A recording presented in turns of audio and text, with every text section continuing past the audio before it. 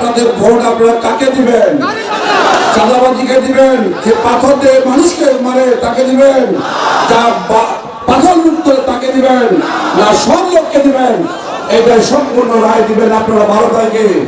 আমি কথা দিয়ে যাচ্ছি, আমাদের কেন্দ্র আমিরের নির্দেশ, কেন্দ্র আমির প্রতিশ্রুতি দিয়েছে যে আমরা যদি ক্ষমতা আসি সর্বপ্রথম আপনারা যুবক যারা লেখাপড়া শেষ করার পর সার্টিফিকেট হাতে পাই তাকে আমরা চাকরি দেওয়ার ব্যবস্থা করি ইনশাআল্লাহ।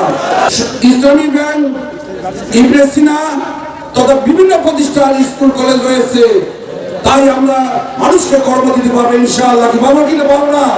পারবো। আপনারা আরো খেয়াল রাখবেন, দেশ স্বাধীনের পর অন্যান্য দলের ভাইরা যারাই ক্ষমতায় আসছে তারাই ক্ষমতার মোহে বিদেশে পাড়ি দিচ্ছে, বিদেশে সংসার ও বাচ্চা সব বিদেশে থাকে। আলহামদুলিল্লাহ আমি দৃঢ়তার সাথে বলতে চাই, আমরা যারা জামাত ইসলাম করি তারা আমরা দেশাত্মবোধক বিদেশে পাড়ি দিই না, কি দিছি?